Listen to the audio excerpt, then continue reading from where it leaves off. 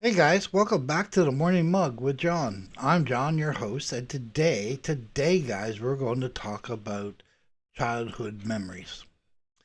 I do have a few, not a lot, but I do have a few good ones along with the bad ones, and I thought I'd share with you one of my better ones. So the better one I have here is we lived in a place called Prince Albert, Saskatchewan. It's a northern community up in Saskatchewan. When I lived there, it was fairly big at the time. Not overly big, not something that you couldn't walk to if you had to. Um, so my dad, when we moved there, my dad got um, was able to find a job watching a convenience store for this gentleman, and we were there quite a while. He left that job and decided he wanted to run a pawn shop, and that's what he did until we left. Um, Prince Albert is where I learned to box, roller skate, weight lift, and play basketball. I'm going to be drinking here a little while here, guys. I don't know what's going on with my voice, but it's a little bit awkward right now. So I went to a school there called Riverside High. I was only in elementary when I was there.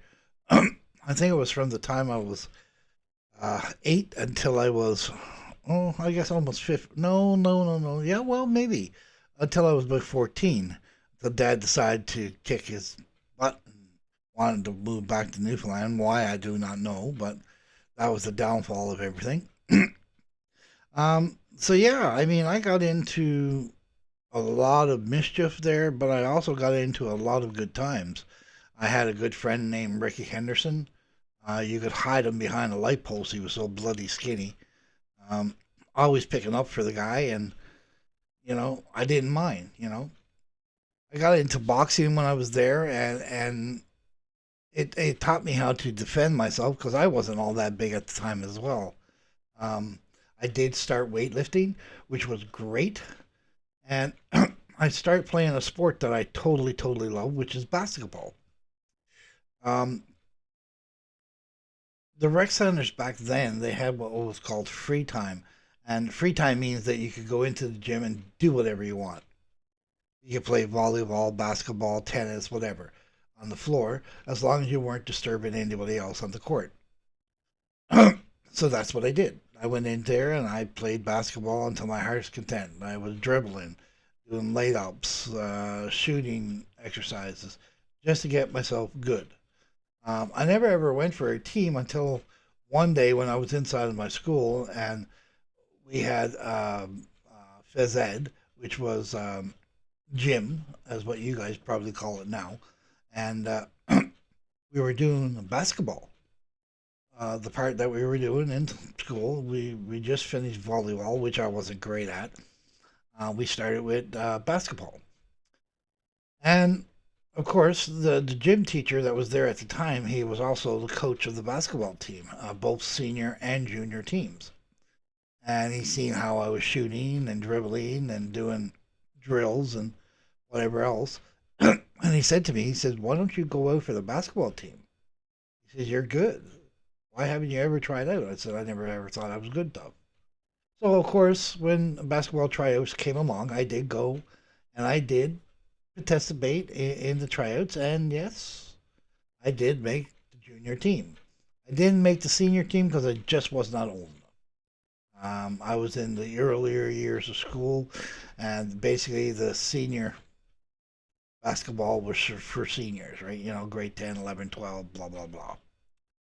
I was good enough. They didn't think my age was appropriate, which was fine. I enjoyed my time on the junior team. We won a lot of games. We actually won a championship. But I also did boxing, which I totally love. It, like I said, taught me how to defend myself. Um, I wasn't that shy little boy that I always was. I used to be very quiet. Um, yes, I'm an introvert, and that's probably part of it. I do remember a security guard that was at this rec center. I remember that guy. Like I said, we were the richest people in the world. Yeah, my dad did this thing, and I don't think he made real money um, doing this. I don't know why he did it, but he did it. And yeah, it was quite interesting. I remember one time they sent me away to Alberta to see my uncle, and Dad gave me a roll of $5 bills. He didn't give me 20s; he gave me a roll of $5 bills. I don't know if that was to make him feel good or or what, but I had a lot of $5 bills when I went there. Anyway, to get back to the other story about the security guard, I didn't have the money for. I don't know if it was weightlifting or if it was for boxing at the time. I think I had paid my dues for boxing, but I think it was the weight room. I didn't pay my dues.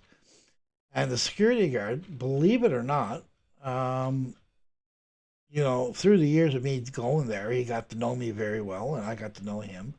He paid for my membership for the gym. I was like so astonished. It was wow. Like, why would anybody do that for me?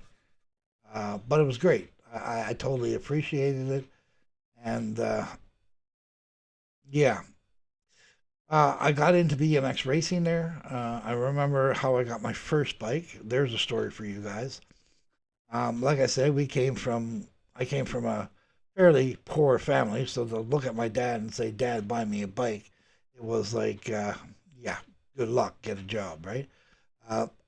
So I came up with a scheme. I knew the cops, the police there, had a room where they would confiscate stolen bikes. So I came up with an idea that I was going to go in there and I was going to get myself a bike. I was going to say one of the bikes they had in the impound was mine. I could have gotten into a lot of trouble, but one thing about me, I have a good memory. So I walked in there, and before he said, "Which bike is yours?" I already knew which bike was mine because I had seen one there and the name on it and the scratches. And I described it to a T, and he brought it out and he gave it to me. He says, "Have a great day." So that was my first bike, believe it or not. I got it from the police station.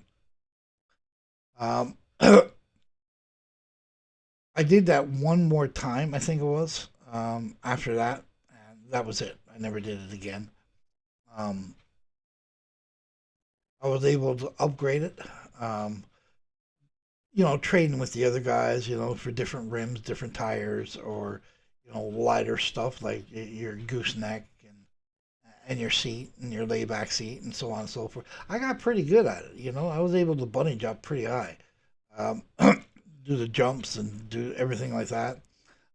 Bunny jumps. I got to the point where the two concrete poles, and then they have the chain that goes across to stop you from going through. I was able to jump right over that, not even worry about it, and just go on. Right. um, Roller skating was another big thing to me there in my early years. Um, why it's dropped in popularity? I know down in the states right now, they still roller skate. California, Idaho, whatever the place is called, Phoenix, all over the place in the states, they still do roller skating, and they still pack them in pretty much. It's quite fun. Um, I started with a company there. Was I think it was called the Good Time Roll or something like that. Um, yeah, it was a little nook just across the tracks down off Main Street in Prince Albert. Um, they were there for years, years, and they were always full. You know, um, the owner Gary, I think his name was Gary O'Day, if I'm not mistaken. It was his family's establishment, but him and his sister used to run it a lot. Um, they were great roller skaters, great people, nice to talk to. Gary himself actually taught me a lot when I had come to roller skating and playing hockey and stuff like that on rollerblades. Um, I totally, totally enjoyed it. Prince Albert was also the place where I met my first girlfriend. Now, you're going to think, oh, yeah, your girlfriend? Yeah, no, no, no, not like that. She was a girl and she was a friend. Um, she she was something else. She was a roller skater. She had this burn that went straight down the side, one side of her face. I remember that. I don't remember her name. I wish I did. For the life of me, I could never ever remember it. But we were close. We were fairly close. I don't even think we ever called each other by our first names or anything like that. But on the roller rink, where she was, I was. Where I was, she was. That's just the way it was, right? We were friends for a long time. Like I said, you know something? I don't even think I knew her first name, or she knew mine for that fact. Um, Boxing again. I mean, boxing has helped me. When I lived in Prince Albert, we had this bully. I remember we lived in townhomes, and this bully moved in. Him and his brother, and they thought they were the kings of the street. They were beating up everybody, even Ricky, my buddy. And then one day I said to him, I said, "Listen, you want a real match? You join up in the same boxing school I am. The coach doesn't mind taking on new people, right?" So I remember in our boxing, one of our boxing things, we had what was called sparring. That's how you got to know how to jab and punch and weave and duck and whatever else. It was a good exercise. Well, you weren't in there to kill each other, right? But I remember I got into here to spar, and I needed someone to spar with. And of course, who wanted to get in and spar with me? Well, of course, the street brawler who was the bully of our street.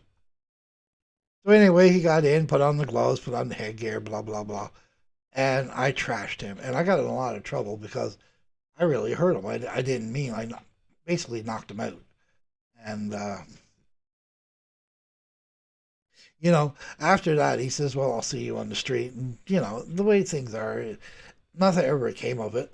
For the most part, he left us alone, me and Ricky again, and you know, we became friends after that for a while.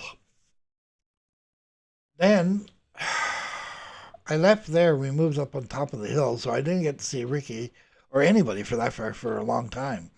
Um, but I just remember even being by myself. I don't know, my BMX. There was always people there that you could talk to and enjoy yourself as a kid. That's basically what it was. I enjoyed myself there as a kid. No matter what was going on at home under my nose, and I didn't want to believe what was going on and under my nose. I was basically had my own world I was trying to develop and try to stay happy. So I mean, there was a couple other incidents where I was happy in the places that we went, but I think Prince Albert had the most influence on my life, and I'm thankful for that. I'm thankful for the people I met, the things I did, the things I learned, and it's a part of me, right? Anyway, guys, I thank you for watching today. Hopefully, you got something out of the video. Um, I say, you know, to people that are trying to find happiness wherever they are, just be yourself. Have fun with your friends. Um, get into some activity that you enjoy, whether it be boxing, kung fu, whatever. Um, but don't use it against people that you don't need to use it against, right? Be good to each other, and if you have a best friend, keep that best friend. Treat him right.